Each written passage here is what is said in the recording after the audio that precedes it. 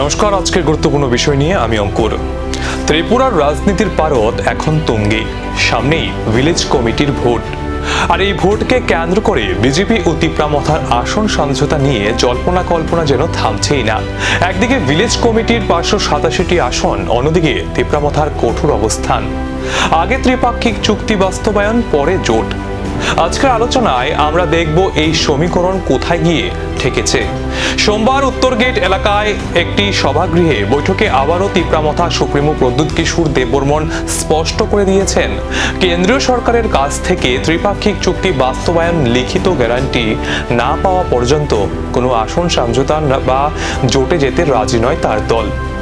এডিসির village committee নির্বাচন যত এগিয়ে আসছে, বিজেপির সঙ্গে তিপ্রামথার দূরত্ব যেন ততই স্পষ্ট হচ্ছে। ফলে বিজেপির সঙ্গে সমঝোতার প্রশ্নে আপাতত তিপ্রামথার অবস্থান বেশ কড়া।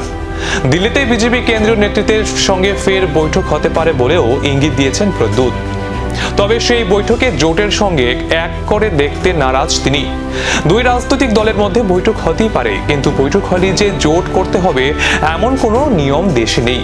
প্রদ্যুৎ বাবুর সোজা কথা, আগে ত্রিপাক্ষিক চুক্তি, তারপর আসন ভাগাভাগি বা ভোটের অঙ্ক।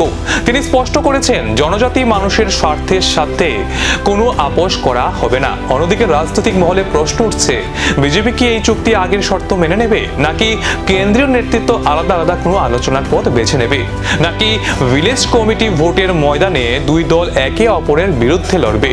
এই 587টি আসনের লড়াই শুধুমাত্র সংখ্যার অঙ্ক নয়, এর সাথে জড়িয়ে আছে ত্রিপাক্ষিক চুক্তির ভবিষ্যৎ এবং রাজ্যের আগামী দিনের রাজনৈতিক মানচিত্র। বৈঠকে বক্তব্য রাখতে গিয়ে প্রদ্যুৎ কোন রকম রাজনৈতিক মারপ্যাচ না রেখে সাফ জানিয়ে দেন, রাজ্য বা এডিসির বা এমডিসির ও বিধায়কের ব্যক্তিগত ক্ষমতা সুযোগ সুবিধার চেয়ে ত্রিপুরা রাজ্যের 14 লক্ষ জনজাতির মৌলিক ও সাংবিধানিক অধিকার সুনিশ্চিত করাই তার রাজনৈতিক মূল উদ্দেশ্য।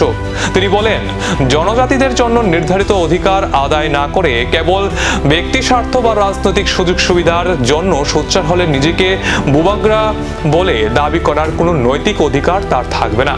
প্রদ্যুৎ কিশোর দেববর্মন স্পষ্ট ভাষায় স্মরণ করিয়ে দেন, তিনি পয়সা বা ক্ষমতার মোহে রাজনীতিতে আসেননি। তাই জনজাতিদের স্বার্থে কেন্দ্র সরকারের সাথে স্বাক্ষরিত চুক্তি দ্রুত বাস্তবায়নই তার একমাত্র অগ্রাধিকার। রাজনৈতিক বিশ্লেষকদের মতে সদ্য সমাপ্ত এডিসি নির্বাচনের ফলাফলের পর বিজেপিও চাইছে তিপ্রামথাকে সাথে রাখতে, কিন্তু প্রদ্যুৎ বাবুর এই অনড় অবস্থান কি বিজেপির কেন্দ্রীয় নেতৃত্বকে চাপে ফেলবে? এই উত্তরের জন্য অপেক্ষা শুধু সময়ের। আমরা নজর রাখবো সেই দিকেই। আপাতত এই পর্যন্তই, সাথে থাকুন। নমস্কার।